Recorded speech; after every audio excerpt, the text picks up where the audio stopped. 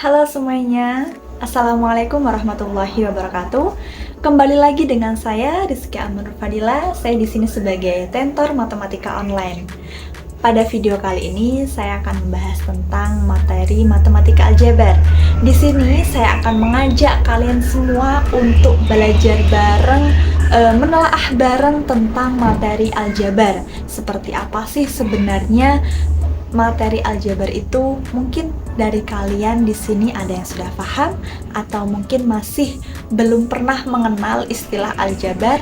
Yuk kita belajar bareng. Nah, di sini kita akan belajar aljabar matematik atau matematika aljabar. Sebelum mengenal lebih jauh materi aljabar, lebih baiknya kalian simak terlebih dahulu beberapa definisi dari aljabar. Nah, di sini ada bentuk umum dari aljabar. Bentuk umum dari aljabar adalah ax kuadrat plus by plus c sama dengan 0, di mana a koefisien, x variabel, dan c konstanta. Pada video ini kita akan membahas 4 poin, yaitu konsep dasar aljabar, operasi hitung aljabar, operasi hitung pecahan aljabar, dan penerapan konsep aljabar. Konsep dasar aljabar ini ada 4 poin, yaitu persamaan, variabel, koefisien, dan konstanta. Pada persamaan ini dapat digunakan untuk membentuk suatu rumus matematika terhadap suatu masalah. Sebagai contoh, x plus y sama dengan 8.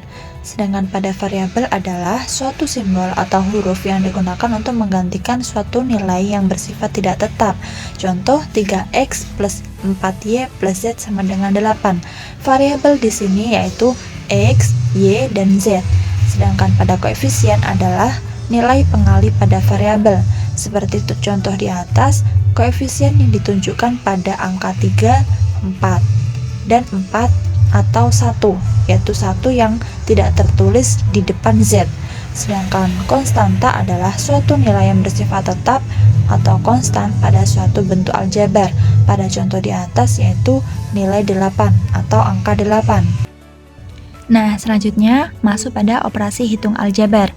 Di sini kita akan membahas terkait penjumlahan dan pengurangan bentuk aljabar, perkalian bentuk aljabar, di mana ada perkalian antara konstanta dengan aljabar, ada perkalian antara dua bentuk aljabar. Kemudian yang ketiga ada pembagian bentuk aljabar, yang keempat ada pemangkatan bentuk aljabar, di mana ada arti pemangkatan bentuk aljabar dan pemangkatan suku dua. Nah, yang pertama penjumlahan dan pengurangan aljabar. Untuk menentukan hasil penjumlahan maupun hasil pengurangan pada bentuk aljabar, perlu diperhatikan hal-hal berikut ini. Yang pertama, suku-suku yang sejenis. 2. Sifat distributif perkalian terhadap penjumlahan dan pengurangan. 3. Hasil perkalian dua bilangan bulat. Yang mana A. Hasil perkalian dua bilangan bulat positif adalah bilangan bulat positif. B. Hasil perkalian dua bilangan bulat negatif adalah bilangan bulat positif. Dan C. Hasil perkalian bilangan bulat positif dengan bilangan bulat negatif adalah bilangan bulat negatif.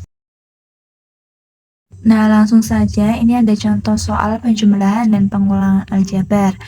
Di situ sudah dituliskan ya dua contoh soal, yaitu yang pertama A negatif 4ax ditambah 7ax, yang kedua B 2ax kuadrat negatif 3x plus 2 ditambah 4x kuadrat negatif 5x plus 1.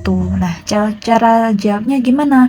Langsung saja, A negatif 4ax plus 7ax sama dengan 3ax, karena variabelnya sudah sama, jadi bisa langsung dioperasikan ke dalam bentuk penjumlahan. Kemudian yang B 2x kuadrat negatif 3x plus 2 ditambah 4x kuadrat negatif 5x plus 1. Nah, itu caranya kita hilangkan dulu kurungnya, kemudian kita tulis lagi. Nah, selanjutnya kita kumpulkan atau kita kelompokkan sesuai suku-suku yang sejenis, seperti 2x kuadrat plus 4x kuadrat, negatif 3x, negatif 5x, 2 plus 1. Jadi hasilnya 6x kuadrat plus 6x kuadrat negatif 8x plus 3. Nah, selanjutnya di sini ada perkalian bentuk aljabar. Yang pertama yaitu perkalian antara konstanta dengan bentuk aljabar. Perkalian suatu bilangan konstanta K dengan bentuk aljabar suku 1 dan suku 2 dinyatakan sebagai berikut. Nah, jadi kalau ada K dikalikan dengan satu suku aljabar atau AX itu langsung saja hasilnya berarti KAX ya. Karena variabelnya di sini adalah X dan koefisiennya A, kemudian dikalikan dengan konstanta K, maka hasilnya adalah KAX. Nah, jika dikalikan dengan dua suku aljabar yaitu K kali AX plus B yaitu menghasilkan KAX plus KB, jadi dikalikan satu-satu ya. Langsung saja ke contoh, tentukan hasil perkalian aljabar berikut. A 4 kali Pi plus Q, yang B 5 kali AX plus B.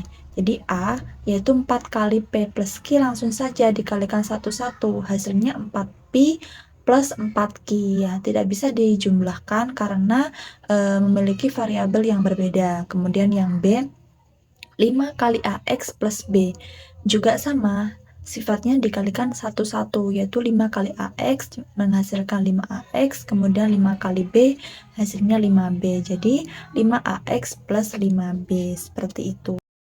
Nah, kemudian di sini adalah perkalian antara dua bentuk aljabar. Sebagaimana perkalian dua konstanta dengan bentuk aljabar, untuk menentukan hasil kali antara dua bentuk aljabar, kita dapat memanfaatkan sifat distributif perkalian terhadap penjumlahan dan juga sifat distributif perkalian terhadap pengurangan.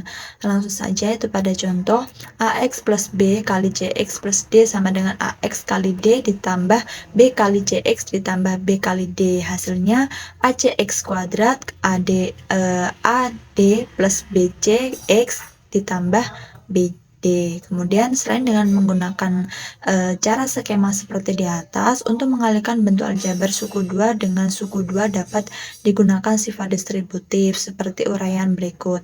Nah, itu contohnya sama ya, sama yang di atas, yaitu AX plus B kali CX plus D sama dengan AX kali CX plus D ditambah B kali CX plus D. Jadi dikalikan satu-satu, suku AX dikalikan dengan dua suku pada kolom atau kurung kedua. Nah, hasilnya sama, ACX kuadrat ditambah AD ditambah BCX ditambah BD, seperti itu. Oke, next masuk pada contoh perkalian dua bentuk aljabar. Ini langsung saja saya next ya, soalnya tidak bisa merekam tadi. Langsung saja saya bacakan contoh soalnya. 2x plus 3 dikali 3x negatif 2, yaitu 2x plus 3 kali 3x negatif 2 sama dengan 2x kali 3x negatif 2 terlebih dahulu, kemudian dijumlahkan 3 kali 3x negatif 2. Nah, ini merupakan contoh dari penerapan sifat distributif menghasilkan 6x kuadrat negatif 4x ditambah 9x negatif 6, jadi menghasilkan 6x kuadrat plus 5x negatif 6. Nah, kemudian di sini ada pembagian bentuk aljabar, yaitu hasil bagi dua bentuk aljabar dapat kalian peroleh dengan menentukan terlebih dahulu faktor sekutu masing-masing bentuk aljabar tersebut, kemudian melakukan pembagian pada pembilang dan penyebutnya. Nah, selanjutnya kita masuk pada contoh soal pembagian bentuk aljabar. Di situ saya menuliskan dua contoh. Yang pertama yaitu 3xy dibagi 2y. Kemudian yang kedua ada 6a pangkat 3 b kuadrat dibagi 3a kuadrat b. Jadi cara jawabnya gimana? Langsung saja kita tulis lagi, tetapi kita bentuk seperti pecahan. Jadi 3xy per 2y sama dengan 3 per 2x. Lah, kemana y-nya? Y-nya hilang karena keduanya sama-sama memiliki y yang bisa dicoret atau dihilangkan. Nah, kemudian yang kedua ada 6a pangkat 3 b kuadrat per 3a kuadrat b. Nah, pada video sebelumnya sudah saya jelaskan bahwa sifat perpangkatan apabila dibagi maka pangkatnya berkurang. Nah, jadi hasilnya gimana? 6 dibagi 3 sama dengan 2, a pangkat 3 dibagi per A pangkat 2 itu sama dengan A pangkat 1. Nah, pangkat 1 tidak usah ditulis, jadi cukup ditulis dengan A. Jadi B pangkat 2 per B pangkat 1 sama dengan B pangkat 1. Atau bisa ditulis B saja. Jadi hasilnya berapa? Hasilnya adalah 2AB. Nah, ini sudah masuk pada pemangkatan bentuk aljabar. Yang pertama ada arti pemangkatan bentuk aljabar. Pemangkatan suatu bilangan diperoleh dari perkalian berulang untuk bilangan yang sama. Jadi untuk sembarang bilangan A, maka A kuadrat sama dengan A kali A. Nah, langsung saja itu ada dua contoh. Yang pertama ada 3A kuadrat dengan dalam kurung 3A kuadrat. Pada bentuk 3A kuadrat yang dikuadratkan hanya A, sedangkan pada bentuk dalam kurung 3A kuadrat yang dikuadratkan adalah 3A. Jadi 3A kuadrat tidak sama dengan dalam kurung 3A kuadrat. Perlu diingat ya teman-teman, ini sangat mempengaruhi hasil akhir dari penghitungan pemangkatan bentuk aljabar. Yang nantinya kalian sudah susah-susah untuk menghitung, tapi ternyata salah hanya karena ketidaktelitian kalian dalam mengartikan atau membedakan antara 3A kuadrat dengan dalam kurung 3A kuadrat. Nah, kemudian yang B itu juga ada negatif dalam kurung 3A kuadrat dengan dalam kurung negatif 3A kuadrat. Pada bentuk negatif dalam kurung 3A kuadrat yang dikuadratkan hanya 3A, sedangkan pada bentuk dalam kurung negatif 3A kuadrat yang dikuadratkan adalah negatif 3A. Jadi, negatif dalam kurung 3A kuadrat tidak sama dengan dalam kurung negatif 3A kuadrat. Sangat-sangat perlu diingat ya teman-teman, ini banyak sekali soal yang seperti ini, namun teman-teman atau peserta didik itu masih tidak paham antara perbedaan keduanya, hanya karena keduanya sama-sama memiliki tanda kurung. Nah, jadi perlu diingat intinya yang keluar negatif dan ada juga yang di dalam kurung. Yang kedua, pemangkatan suku 2. Pada perpangkatan bentuk aljabar suku 2, koefisien tiap suku ditentukan menurut segitiga Pascal.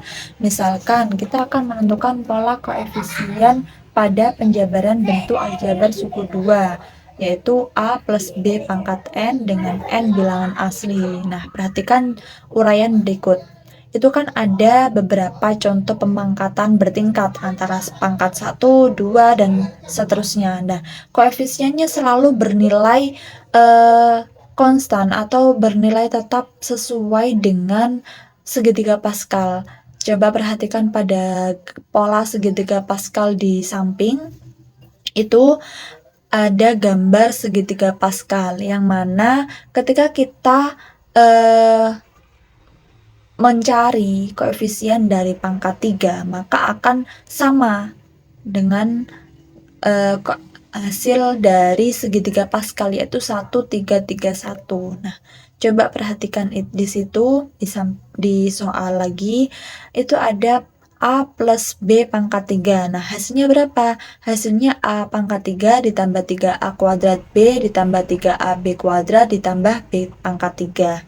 Nah, itu koefisiennya udah sesuai dengan segitiga Pascal, seperti itu. Oke, materi selanjutnya adalah operasi hitung pecahan aljabar. Di sini kita akan membahas 4 poin, yaitu menyederhanakan pecahan bentuk aljabar, penjumlahan dan pengurangan pecahan bentuk aljabar, perkalian dan pembagian pecahan bentuk aljabar, dan yang terakhir adalah perpangkatan pecahan bentuk aljabar. Nah, poin A adalah menyederhanakan pecahan bentuk aljabar. Untuk menyederhanakan pecahan bentuk aljabar dapat dilakukan dengan cara membagi pembilang dan penyebut pecahan tersebut dengan FPB dari keduanya.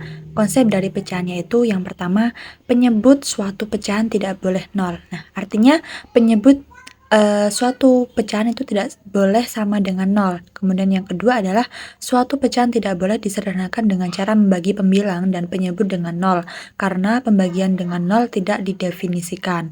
Langsung saja pada contoh, yaitu tentukan hasil dari A sama dengan A 2 negatif X per X kuadrat negatif 4.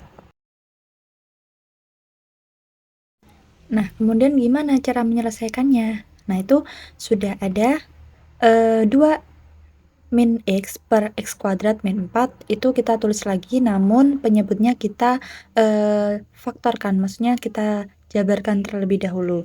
Nah, sudah didapat hasil seperti itu.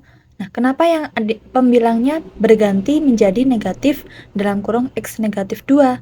Nah, itu sebenarnya hasilnya sama saja dengan 2 negatif X, hanya saja dirubah ke dalam bentuk tersebut untuk menghilangkan penyebut X negatif 2 atau X min 2 itu. Jadi ketika X negatif 2 bawah dicoret ya, sama dengan X negatif 2 yang atas sama-sama dicoret, nah akan menghasilkan negatif 1 per X plus 2.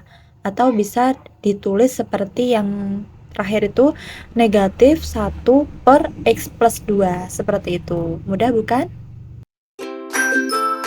Nah, sekarang poin yang kedua yaitu penjumlahan dan pengurangan pecahan bentuk aljabar.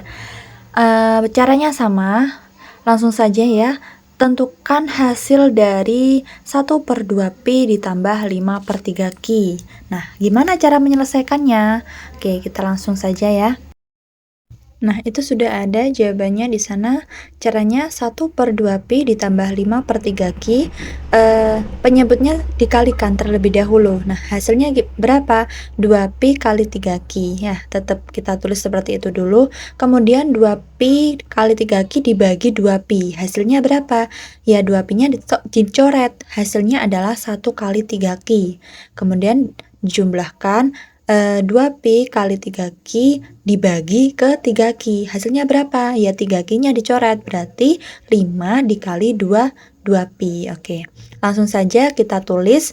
Karena 2Pi kali 3Q itu bisa, ya, hasilnya adalah 6PQ, ya, penyebutnya adalah 6PQ.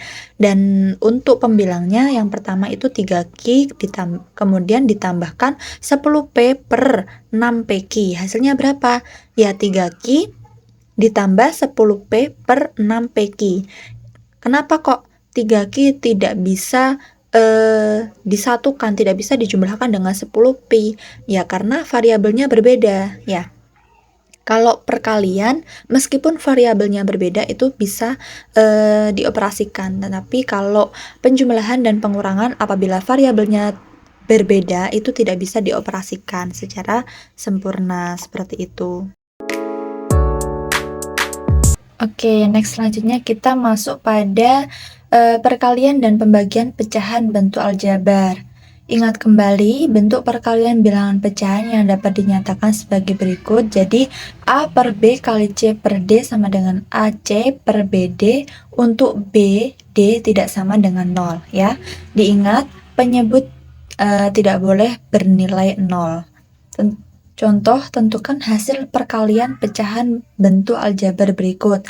Di situ ada 4 per 3A dikali AB per 2. Nah, jawabnya gimana? Langsung saja itu sudah ada jawabannya, yaitu 4 per 3A dikali AB per 2, artinya 4 kali AB. Ya, langsung saja 4 kali AB per 3A kali 2. Nah, hasilnya berapa? Hasilnya 4AB per 6A. Jika bisa disederhanakan, maka sederhanakan. Karena sama-sama memiliki variabel A, maka variabel A dicoret ya. Dicoret, kemudian tersisa hanya variabel B. Dan 4 per 6 bisa disederhanakan menjadi 2 per 3B. Seperti itu. Mudah bukan? Nah, yang terakhir ini ada perpangkatan pecahan bentuk aljabar. Operasi perpangkatan merupakan perkalian berulang dengan bilangan yang sama. Hal ini juga berlaku pada perpangkatan pecahan bentuk aljabar. Nah, itu sudah ada ya, rumusnya sudah saya cantumkan di situ. Jadi A per B pangkat N itu akan berulang sebanyak N kali ya. Sebanyak N kali artinya apabila A per B pangkat 2 berarti akan diulang sebanyak 2 kali. Sebagai contoh itu ada 3X per 2 pangkat 3. Nah, kemudian yang B itu ada contoh 5Pi plus 3 per 2 pangkat 2. Nah, bagaimana cara menjawabnya? Itu ada di samping kanan ya. Di samping kanan itu sudah jawabannya. Jadi 3X per 2 pangkat 3 sama dengan 3X per 2 kali 3X per 2 dikali 3X per 2 sama dengan 27X per 8 pangkat 3 ya. Kenapa masih ada pangkatnya? Ya karena ini perkalian. Jadi meskipun sudah ada pangkatnya, tetapi ketika dikalikan itu yang hilang, yang berubah adalah nilai dari koefisien X dan juga hilangnya kurung, tanda kurung. Nah, kemudian pada soal B, penyelesaian yang B itu 5Pi plus 3 per 2 pangkat 2. Nah, itu sama saja dengan yang atas dikalikan yang ini dikalikan 2 kali. Nah, karena penyebutnya sudah sama, berarti bisa dijadikan 1. Langsung saja kita operasikan pembilangnya, yaitu 5pi plus 3 dikali 5pi plus 3 sama dengan 25pi kuadrat ditambah 15pi ditambah 15pi ditambah 9. Nah, berapa hasil akhirnya? Yaitu 25pi kuadrat ditambah 30pi ditambah 9 per 2. Seperti itu.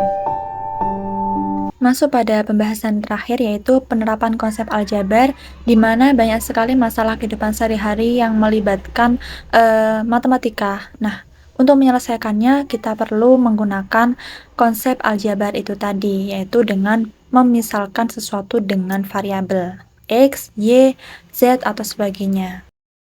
Nah, langsung saja pada contoh soal cerita aljabar. Di situ ada harga 3 buku gambar dan 5 spidol adalah 42.000. Jika harga sebuah buku gambar adalah 3 kali harga sebuah spidol, maka harga spidol dan buku gambar adalah... Nah, ini saya tuliskan semuanya ya, biar lebih jelas. Jadi, langkah pertama yaitu memisalkan harga sebuah spidol ke dalam variabel X. Jadi kunci dari menyelesaikan soal cerita aljabar adalah memisalkan sebuah persoalan atau sebuah yang ditanyakan dengan variabel. Kemudian kita tulis diketahui harga 5 spidol berarti berapa? 5X. Dan harga sebuah buku gambar adalah 3X karena 3 kali harga spidol ya. Kemudian untuk harga 3 buku gambar berapa? Jadi 3 kali 3X sama dengan 9X. Yang ditanya adalah harga spidol dan harga buku gambar. Nah, ini penyelesaian masalahnya. Kita tulis lagi, ditanya berapa harga spidol dan buku gambar. Penyelesaian langkah pertama yaitu diperoleh persamaan 5X plus 9X sama dengan 42.000. Nah, karena 5X dan 9X itu memiliki variabel yang sama, maka bisa dijumlahkan. Hasilnya adalah 14X sama dengan 42.000. Untuk mencari nilai X atau hasil dari X adalah 42.000 dibagi 14 sama dengan berapa? X sama dengan 3.000. Jadi harga sebuah spidol adalah 3.000 dan harga sebuah buku gambar adalah 3X sama dengan 3 dikali 3.000 berapa? 9.000. Seperti itu. Oke, good job. Mudah kan belajar aljabar bersama saya? Itu tadi pemaparan materi dari saya. Semoga bermanfaat. Jangan lupa tonton video selanjutnya ya. Dah.